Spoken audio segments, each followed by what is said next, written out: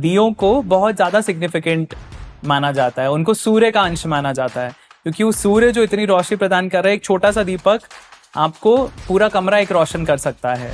वो स्त्रियां जो अपने घर जाने में हिचकिचा रही थी, जिनके कुछ के घर वालों ने उन्हें एक्सेप्ट करने से मना कर दिया, उन सब का भार कृष्ण जी ने अपने कंधों पे उठाया। तो दिवाली पे उल्टा होता है, हम लोग अच्छी अच्छी चीजें बना के पकवान बना के खाते हैं, और Deepavali actually is for fasting, क्योंकि वो अमावस है और वो श्राद्ध का दिन है। और एक बहुत ही सुंदर ट्रेडिशन जो मैंने पहले बताया, फायरवर्क्स वाला, जो उल्का हस्त जो मैंने कहा, वो आपको उस दिन जलाने हैं, 14वीं के दिन भी और अमावस के दिन भी। तो चतुर्दशी को भी और दिवाली के दिन भी, ये दोनों दिन। क्यों? क्योंकि ये कहते हैं कि जब आप वो जला के आप रोशनी करते हो, वो पितरों को रास्ता दिखाता है वापस जाने का। That is the tradition. Wow.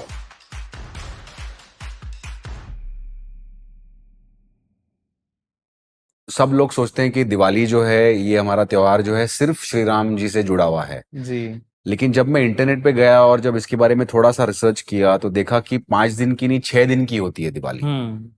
तो हम जो मानते हैं कि एक धनतेरस, छोटी दिवाली, बड़ी दिवाली, गोवर्धन पूजा और भाई दूज, और ये सारे एक्चुअली अलग अलग देवताओं से जुड़े हुए हैं। बिल्कुल। It's not just Shri Ram ji. तो इसके बारे में मैं थोड़ा आपसे जानना चाह रहा था कि डे वाइज थोड़ा आप बताइए हमको कि कैसे क्या कौन से देवता संबंधित है इसमें। डेफिनेटली। सो कुणाल जी, आपने बिल्कुल सही कहा, हमें ब्रॉडली 5 दिन की दिवाली के बारे में पता होता है। इनफैक्ट काफी लोगों को वो भी नहीं पता होता, लोगों को लगता है एक छोटी दिवाली है, बड़ी दिवाली है, हो गया। सो एक दिन की छुट्टी मिलती है ऑफिस में, तो हमारी तो एक ही दिन की दिवाली होती है। बट एक्चुअली पुराणों के हिसाब से 6 दिन की सेलिब्रेशन है ये, और ये द्वादशी से शुरू होती है। सो जो पहला दिन है द्वादशी का, 12th day, Dwadashi is 12th day. So 12th day को वत्स द्वादशी बोलते हैं। और दिवाली के जो 5 दिन 6 दिन जो है ना, ये इंटरेस्टिंगली जो हम सेलिब्रेशंस अब करते हैं, सेलिब्रेशंस वही है, पर इनका लॉजिक अलग है पुराणों में, और इनमें जो कैरेक्टर्स एसोसिएटेड हैं वो भी एकदम अलग है। Scientifically no, it is very beautiful कि ब्रीडिंग सीजन जो था वो मॉनसून में था एनिमल्स का। अब जो नए बच्चे पैदा हुए होंगे, उनकी प्रोटेक्शन के लिए, उनकी आइडेंटिफिकेशन के लिए वत्स द्वादशी पे जो काव्स हैं उनकी पूजा की जाती है। वाओ। और काव के साथ साथ जो उसकी मदर है, काव जो है, उसकी भी पूजा की जाती थी। और ये 6 दिन जो है, 5 दिन है, उनमें हर रात को दीप जलाने की प्रथा है, क्योंकि एक रिकग्निशन है कि अब दिन छोटे हो रहे हैं, अब अंधकार बढ़ रहा है, सो दीप हमें ज्यादा जलाने पड़ेंगे। This is pre electricity times, right? जब इलेक्ट्रिसिटी नहीं थी तो आपको दीपक जला के ही रोशनी मिलती थी, और दीपकों को दियों को बहुत ज्यादा सिग्निफिकेंट माना जाता है, उनको सूर्य का अंश माना जाता है, क्योंकि वो सूर्य जो इतनी रोशनी प्रदान कर रहा है, एक छोटा सा दीपक आपको पूरा कमरा एक रोशन कर सकता है, सो उसको सूर्य का अंश माना जाता है। तो इन दिनों में दीप जलाने की प्रथा है, और ऑफ कोर्स यहाँ से every day you can light lamps. पर ये पहला दिन होता है वत्स द्वादशी का, जब आप बहुत सारे दिए जलाते हैं और आप आरती करते हैं। सो जो घर के पुरुष हैं वो आरती करते हैं, उनका दायित्व है कि वो काव्स की आरती उतारें, काव की आरती उतारें, उनको सजाएं, उनको अच्छा अच्छा खिलाएं, और फिर वो घर के जो बड़े बुजुर्ग हैं उनकी आरती उतारेंगे, माता की आरती उतारेंगे, जो घर की महिलाएं हैं उनकी आरती उतारेंगे, जो घर के सेवक हैं उनकी आरती उतारेंगे, बच्चे हैं उनकी आरती उतारेंगे। So it is sort of a thanksgiving, जो हेड ऑफ द फैमिली हर एक को दे रहा है कि thank you for your service. और फिर जो दिए हैं, दिए जलाए जाते हैं, उसमें थोड़े कुछ ओमेन्स वगैरह देखते हैं, जो पंडित हैं वो देखते हैं ओमेन्स के, अगला साल कैसा रहेगा आगे का वगैरह, वो सब चीजें हैं उसमें, वो थोड़ी टेक्निकल डिटेल्स हैं। पर ये है वत्स द्वादशी। फिर धनतेरस के दिन फिर वही होता है, यम दीप बोलते हैं, कि शाम के सुबह आपको, हर सुबह आपको जल्दी उठना है, और धनतेरस के दिन आपको सुबह जल्दी उठ के स्नान करके फिर आरती उतारनी है भगवान की, और आपको शाम में यम दीपक जलाने हैं। तो वो 3 दिन के लिए आपको हर रोज यम दीपक जलाने हैं। यम दीपक का क्या मतलब है? सो यम दीपक जनरली हम बोलते हैं एक 4 मुंह वाला दिया होता है जनरली, और उसके चारों कोनों पे आप बत्तियां लगाते हैं और आप उसको रोशन करते हैं, बेसिकली फॉर यमराज। और यम दीपक जो होता है उसका पर्पस होता है यमराज को प्रसन्न रखने का और उनको ये बोलने का कि आप एक अनटाइमली या अवॉइडेबल डेथ जो है वो नहीं हो हमारे घर में। सो वो यम दीपक जलाने की जो प्रथा है वो इस दिन के लिए है। पर तेरस जो है धन त्रयोदशी, उसमें लक्ष्मी जी की पूजा की जाती है और धनवंतरी की पूजा की जाती है। अब काफी लोग फिर सिर्फ लक्ष्मी जी की पूजा पे फोकस करते हैं, पर धनवंतरी जो धन के देवता नहीं है, धन के देवता कुबेर है, उनके नाम से लगेगा धनवंतरी धन के देवता है। Health, he is the god of health, he is the god of Ayurved, you know. So समुद्र मंथन से रिलेटेड ये कहानी है जिसमें समुद्र मंथन से लक्ष्मी जी भी निकली थी और धनवंतरी भी निकले थे, और ये दोनों ऐसी मान्यता है कि ये इस त्रयोदशी के दिन प्रकट हुए थे। सो इसलिए इन दोनों की उपासना करनी चाहिए। उसके बाद हम मनाते हैं चतुर्दशी। त्रयोदशी के बाद चतुर्दशी, the 14th day, which is Narak Chaturdashi. चतुर्दशी में सुबह उठ के अभ्यंग स्नान करना है, आपको ऑयल बाथ लेना है। और वो oil bath again, because winters are coming, dry season चालू हो रहा है, तो आपको अब ऑयल लगाना बॉडी पे शुरू करना चाहिए। दैट्स अ रिमाइंडर कि आपको अब से ऑयल लगाना शुरू करना चाहिए। yes, इतना साइंटिफिक और लॉजिकल है हमारे त्योहार जी, अनबिलीवेबल। बिल्कुल। और हमें ट्रेडिशन ही नहीं पता। हाँ। और उसमें आपको सुबह जल्दी उठ के आपको सूर्य की रोशनी भी लेनी है। Early morning sunlight is always good, which ever season it is. और इसमें आपको अर्ली मॉर्निंग उठ के ऑयल बाथ लेना है आपको। और एक बहुत ही अमेजिंग ट्रेडिशन है उसमें, जिसमें एक एमरांथस, सबने सुना होगा, चौलाई बोलते हैं हिंदी में एमरांथस को, और राजगिरा मराठी में। और उसका जो ट्विग होता है, अमरांथस इज एन हर्ब, तो उसका ट्विग जो है it's very widely available. It used to be widely available, अब हमारे शहरों में नहीं मिलती है, but it used to be widely available. और उसका ट्विग लेके आपको पानी में घुमाना होता है और आपको एक मंत्र बोलना होता था कि ये जो इसकी जो क्वालिटीज है हर्ब की, वो इस पानी को स्वच्छ करे हमें हेल्थ देने के लिए। So, wow, such beautiful traditions that we have completely lost. फिर उसके बाद ऑफ कोर्स आपको वही यम दीपक आपको शाम में जलाने हैं। इसकी भी अपनी सिग्निफिकेंस है, जिसमें एक कहानी बताई जाती है पुराणों में, जिसमें एक राक्षस था नरकासुर। सो हमने आई थिंक पिछले एपिसोड में बात की थी कुछ राक्षसों की, और ये राक्षस बहुत ही स्ट्रांग और बहुत ही पावरफुल थे। रावण के बारे में भी हम जैसे बात कर रहे थे कि उसका पूरा हैरम भरा हुआ था। सो ऐसे अपेरेंटली बहुत सारे राक्षस हुए हैं जिन्होंने अपनी पावर को बहुत मिसयूज किया है, और नरकासुर उनमें से एक था। अब नरकासुर को वरदान था कि उसको विष्णु जी का अंश ही मार सकता है। और ये महाभारत के टाइम में था ये राक्षस। He was not associated with Duryodhana और कंस और एनीबडी। उसकी अपनी किंगडम थी कामरूप में, टुवर्ड्स असम। और वहां पे जो नरकासुर ने अपनी राजधानी बनाई थी ना, वो इतनी प्रोटेक्टेड थी, उसको 5 एलिमेंट्स प्रोटेक्ट कर रहे थे। तो उसमें एक circle of fire, circle of wind, circle of water, एक पूरा सर्कल था माउंटेन्स का, एक सर्कल था पूरा वेपन्स का, जो उसको प्रोटेक्ट कर रहे थे। तो बहुत ही वेल प्रोटेक्टेड उसकी किंगडम थी वहां पे। और यहाँ पे वो अटैक कर करके जगह जगह से स्त्रियों का हरण करके लेके आता था। और उसने 16,100 स्त्रियां वहां पे, महिलाएं उसने किडनैप करके रखी हुई थी, हु वर सेक्सुअली एक्सप्लॉइटेड, जिनका शोषण किया जा रहा था। सो ये सब जो स्त्रियां थी, इन सब को कृष्ण जी ने छुड़ाया नरकासुर का वध करके, और ये नरक चतुर्दशी के दिन हुआ है। सो उस दिन की सिग्निफिकेंस ये है कि नरक चतुर्दशी को कृष्ण जी ने 16,100 स्त्रियों को छुड़ाया, और सिर्फ रिहा ही नहीं किया, वो स्त्रियां जो अपने घर जाने में हिचकिचा रही थी, जिनके कुछ के घर वालों ने उन्हें एक्सेप्ट करने से मना कर दिया, उन सब का भार कृष्ण जी ने अपने कंधों पे उठाया, और उन्होंने उनको वो मान्यता दी, दर्जा दिया अपनी पत्नी कहलाने का। इसलिए अगर आप कभी पढ़ेंगे पुराणों में कृष्ण जी के बारे में, तो काफी जगह लिखा होगा कि उनकी 16,108 रानियां थी। तो 8 रानियां थी जो उनके अलग अलग पॉलिटिकल अलायंसेस के कारण उनकी शादी हुई थी, पर ये 16,100 स्त्रियां जो थी, वो ये थी जो नरकासुर की कैप्टिविटी से उन्होंने छुड़ाई थी। सो चतुर्दशी का ये सिग्निफिकेंस है, जो बहुत बड़ा सिग्निफिकेंस है, जो हमें नहीं पता।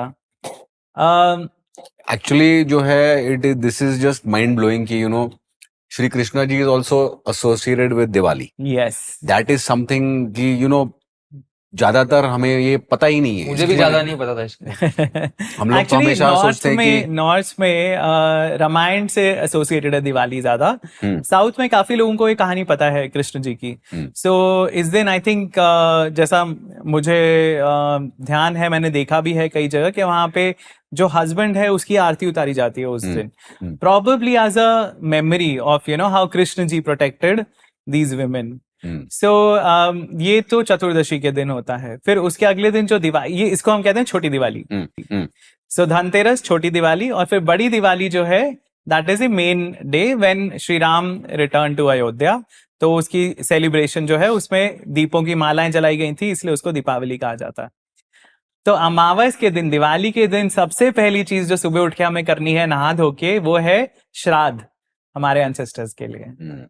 और उसमें बहुत ही ब्यूटीफुली बताया गया है कि आपके फादर के साइड के, आपकी मदर के साइड के, आपके जो भी एंसेस्टर्स हैं जो आपसे रिलेटेड भी नहीं है, आप किसी के लिए भी आप श्राद्ध कर सकते हैं। और वो आप श्राद्ध करके आप फास्ट करोगे उस दिन। तो दिवाली पे उल्टा होता है, हम लोग अच्छी अच्छी चीजें बना के, पकवान बना के खाते हैं, और Deepavali actually is for fasting, क्योंकि वो अमावस है और वो श्राद्ध का दिन है। और आप अच्छा अच्छा खाना बना के खिलाओगे दूसरों को, जिनको आप बुला रहे हो, चाहे वो ब्राह्मण हैं, चाहे वो जिनको भी खाना देते हैं श्राद्ध में, पर आप नहीं खा रहे हो, आप फास्टिंग कर रहे हो। और फिर शाम में उस दिन इतनी ब्यूटीफुल ट्रेडिशंस है कि आपको दिए जलाने ही हैं, जैसे हम पिछले 3 दिन से जला रहे हैं, पर उस दिन आपको दीप वृक्ष बनाने हैं। मतलब लिटरली लाइट के ट्रीज बनाने हैं। सो आप जहां जहां हो सकते हैं, बिल्डिंग्स में, हर जगह आपको दिए ही दिए जलाने हैं। चौराहों में, मंदिरों में, टैवर्न्स में, आप कहीं पे भी, जहां पे भी, कोई भी रास्ता ऐसा अंधकार में नहीं रहना चाहिए। मतलब Christmas is a copy of दीप वृक्ष। इन अ वे सो मतलब lighting up a tree similarly. तो दीप वृक्ष, इनफैक्ट आप काफी मंदिरों में जब आप जाते हैं तो वहां पे वो पूरे पूरे लैंटर्न्स, मतलब वो पूरा एक पिरामिडल स्ट्रक्चर है जिसके ऊपर दिए सारे जलते हैं, उज्जैन में भी काफी जगह। सो वो दीप वृक्ष है। तो हर जगह रोशनी होनी चाहिए, क्योंकि ये अंधकार का दिन है। और एक एस्पेक्ट जो दिवाली का बहुत डिबेटेड है आजकल, whether we should use fireworks और नॉट। पटाखे, हाँ। पटाखे चलाने चाहिए या नहीं चलाने चाहिए, या सिर्फ लाइट्स का फेस्टिवल है ये। सो पुराणों के हिसाब से डेफिनेटली आपको कम से कम फूलझड़ियां तो मेंशन है।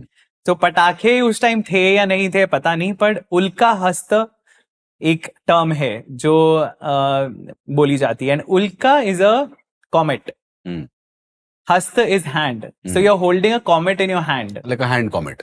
Yeah, so it's like a fuljari, so something, a firework that you hold in your hand. So ये इनका डेफिनेटली मेंशन मिलता है यूज का, चतुर्दशी के दिन भी और अमावस के दिन भी, जो दिवाली का मेन दिन है। क्यों? क्योंकि ये कहते हैं कि जब आप वो जला के आप रोशनी करते हो, वो पितरों को रास्ता दिखाता है वापस जाने का। That is the tradition. Wow. So all this is tied up. जो हम अभी सेलिब्रेशंस कर रहे हैं, इनका लॉजिक है, इनका कुछ सिग्निफिकेंस है, उसका कुछ मतलब है। ऐसे ही नहीं है कि हाँ सिर्फ ये रोशनी का त्योहार है तो पटाखे नहीं चलाने। पटाखे चलाना अलाउड है, बट एक स्पेसिफिक टाइप के। Of course you don't want to pollute. जो चतुर्मास का जैसे मैंने जिक्र किया कि पहले एक चतुर्मास होता है, तो श्रावण से लेके कार्तिक के मास तक 4 महीने जो है ऐसा माना जाता है कि विष्णु जी सो रहे हैं, आराम कर रहे हैं। और विष्णु जी जागेंगे प्रबोधिनी एकादशी को, जो बाद में आएगी। पर विष्णु जी के जागने के पहले लक्ष्मी जी को जगाना होता है। और दिवाली की रात को जो घर की स्त्रियां हैं वो पहले लक्ष्मी जी को जगाती हैं। वो जो जागरण जो रात को करते हैं, जो जगराते होते हैं, पर वो लक्ष्मी पूजन का जो विधान है ये पुराणों में है। क्योंकि अगर आप सोचिए, राम जी की कहानी में लक्ष्मी पूजा कहाँ से आई? हाँ, right. So lot of people get confuse कि राम जी वापस आए थे तो हम लक्ष्मी पूजा क्यों कर रहे हैं? पर लक्ष्मी पूजा का विधान ये है कि आपको उस दिन लक्ष्मी जी को पहले जगाना है, क्योंकि विष्णु जी को फिर बाद में हम प्रबोधिनी एकादशी पे जगाएंगे। और लक्ष्मी जी को जगाने के पहले there are small cots that are made out of cotton, and flowers, जिसके ऊपर देवताओं को रखा जाता है सिंबॉलिकली कि ये रेस्ट कर रहे हैं। और फिर उनके लिए एक प्रसाद बनाया जाता है जिसमें मतलब वो जब मैं पढ़ा था मेरे मुंह में पानी आ गया था क्योंकि उसमें दूध को उबाल के उसमें जायफल, इलायची, कैम्फर, शुगर और 2-3 हर्ब्स डाल के उसको उबाल के उसको काढ़ के फिर उसके लड्डू बना के वो ऑफर किए जाते हैं लक्ष्मी जी को। और बहुत स्पेसिफिक चीजें दी गई है और ये सब किसी को नहीं पता। We have lost all that Unfortunate. wealth of knowledge. Unfortunate, right. और वो सारी चीजें बना के फिर आप लक्ष्मी जी को उठाते हो और फिर लक्ष्मी जी को उठाने के बाद जो पुरुष है घर के, फिर वो जाके दिए वगैरह जलाते हैं इधर उधर, आप आरती उतारते हो और फिर आप दिए जलाने जाते हो। और रात में 12 बजे जो स्त्रियां हैं घर की, वो एक छोटा ड्रम लेके और एक विनोइंग बास्केट होती है जिससे वो छानते हैं बेसिकली, राइट, जो ग्रेन्स को वो करने के लिए, हस्क को सेपरेट करने के लिए यूज होती थी, वो सब घरों में होती थी पहले। अब तो ऑफ कोर्स हम लोग वो कुछ करते नहीं, पिसा हुआ आटा आता है घर में। आजकल तो स्विगी जोमेटो का जमाना आ स्विगी जोमेटो का जमाना है, पिसा हुआ आटा भी पुराना हो गया। सो वो जो विनोइंग बास्केट होती थी वो लेके और छोटे छोटे ड्रम्स लेके वो बीट करती हैं अपने अपने कोर्टयार्ड्स में, अपने आंगन में, और अलक्ष्मी को भगाना होता है वो शोर करके कि लक्ष्मी का आगमन हो गया और अलक्ष्मी अब यहाँ से चली जाओ। तो ये मिडनाइट पे करती हैं स्त्रियां। फिर अगले दिन बलि प्रतिपदा का जो दिन है, उस दिन किंग का बहुत बड़ा रोल माना जाता है। जो वहां का लीडर है, लोकल जो भी लीडर होगा, वो स्पोर्ट्स थिएटर्स कॉन्टेस्ट ऑर्गेनाइज करवाएगा, परफॉर्मेंसेस ऑर्गेनाइज करवाएगा। So musical performances, theatrical performances, wrestling fights, जैसे अभी WWF है, इस टाइप की एक्टिविटीज होंगी जो उस दिन के लिए लोगों को रिलैक्स करने में मदद करेंगी कि आज बलि का दिन है, बलि महाराज आज रात को आएंगे, तो आज का पूरा दिन फ्री है, सेलिब्रेशन का दिन है। और गोवर्धन पूजा भी है उस दिन। सो उस दिन गाय की, बछड़े की भी पूजा की जाती है थोड़ी बहुत, पर उस दिन आपको कुछ भी डेयरी प्रोडक्ट से बना हुआ नहीं खाना है। अच्छा। तो उस दिन गाय की छुट्टी है, गाय का दूध भी आप नहीं निकालोगे और बैल को आप काम पे भी नहीं लगाओगे। अच्छा। तो वो गोवर्धन पूजा से लिंक्ड भी है। और फिर बलि महाराज को वेलकम करने के लिए रात को रंगोलियां बनाई जाती हैं उसमें, जिसमें बलि महाराज का डायग्राम बनाया जाता है, उनके एसोसिएट्स, उनकी वाइफ और वो सब बनाए जाते हैं, और बहुत सारी खाने की चीजें बनाई जाती हैं। तो उस रात को सेलिब्रेशन होता है कि बलि महाराज जिन्होंने स्वर्ग जीत लिया था और फिर विष्णु जी को वामन अवतार लेके आना पड़ा था इंद्र को दोबारा हेवन दिलाने के लिए, और उन्होंने प्रॉमिस किया था बलि महाराज को कि हर साल एक दिन आप धरती पे आ सकते हो, और वो ये दिन है बलि प्रतिपदा का, जिस दिन बलि वापस धरती पे आते हैं। सो बहुत लोगों को ये क्वेश्चन हुआ कि पर ये तो ओनम का सेलिब्रेशन में होती है ये कहानी, क्योंकि केरला में जो ओनम एक बहुत बड़ा, सबसे बड़ा फेस्टिवल है, और उसमें यही माना जाता है कि बलि उस दिन वापस आता है, मावेली शायद वो बोलते हैं मलयालम में, तो वो वापस आता है और वो उनका राजा है और वो वापस आता है धरती पे उस दिन। पर पुराणों के हिसाब से ये जो इंसिडेंट है और बलि का रिटर्न जो है वो बलि प्रतिपदा के दिन होता है, और ओनम का जो दिन है वो एक्चुअली वामन जयंती है, जिस दिन वामन प्रकट हुए थे। और इसके बाद जो दिन है वो है भाई दूज का, जो भाऊ बीज बोलते हैं या भाई फोटा बोलते हैं। सो ये जो दिन है इसको यमराज के लिए मनाया जाता है, यम द्वितीया इसको बोलते हैं, वो सेकंड डे है द्वितीया। और इस दिन यम और यमुना की कहानी बताई जाती है जो सिबलिंग्स के लिए है।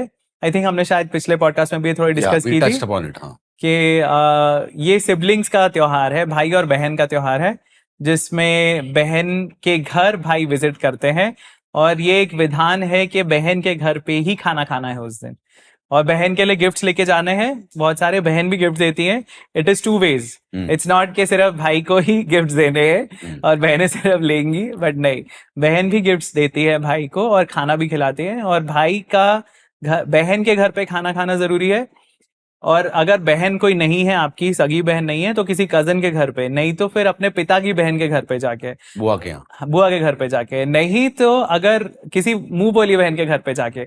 बेसिकली कॉन्सेप्ट ये कि उस दिन आपको किसी को अपनी बहन मान के उसके घर पे ही खाना खाना है, तो आपको अपने घर पे खाना नहीं खाना है। बट इसमें जो यम और यमुना जी की क्या है स्टोरी एग्जैक्टली? तो यमुना और यम जो है ये ट्विन्स हैं, और ये वैदिक टाइम से सबसे पुरानी जो एक ट्विन्स मेंशन है हमारे लिटरेचर में, वो हैं यम और यमुना। और यमुना और यम की जो कहानी है, उसमें यमुना बार बार अपने भाई को बुलाती रहती है कि मेरे घर आओ, विजिट करो, और यमराज कहते हैं कि मेरे पास तो टाइम ही नहीं है आने का कहीं पे। और ये वो दिन है जब वो फाइनली आते हैं, और यमराज के आने की खुशी में यमुना बहुत सारी चीजें बनाती हैं उनके खाने के लिए। और ये दोनों सूर्य के बच्चे हैं, हाँ। सूर्य की संतान है यम और यमुना, और वो बहुत सारी चीजें बनाती हैं उनके खाने के लिए। और यमराज खुश हो जाते हैं और वो बोलते हैं कि मैं तुम्हें कोई वरदान देना चाहता हूँ। तो यमुना यही वरदान मांगती है कि जो भी भाई अपनी बहन के घर पे इस दिन खाना खाए, उनके सारे दुख दूर हो जाएं। और दूसरी चीज, वो इतने खुश हो जाते हैं यमराज के, उस दिन नरक में जितने लोग होते हैं उनको छोड़ देते हैं। ओह, हाँ, अच्छा। सो उस सारे दिन पापी बाहर। हाँ, सारे पापी बाहर। सो एक ये बहुत कॉमन थ्रेड आता है जब हम पुराणों में दिवाली की सेलिब्रेशंस के बारे में हम पढ़ते हैं। ये कॉमन थ्रेड है जो 5 दिन 6 दिन की सेलिब्रेशन में ये बार बार आ रहा है। ये जो त्योहार है ये पितरों से, एंसेस्टर से रिलेटेड भी है, और यमराज से, पितरों से, द डेड डिपार्टेड सोल्स, इन सब का इसमें बहुत बड़ा एक योगदान फैक्टर है। है। हाँ।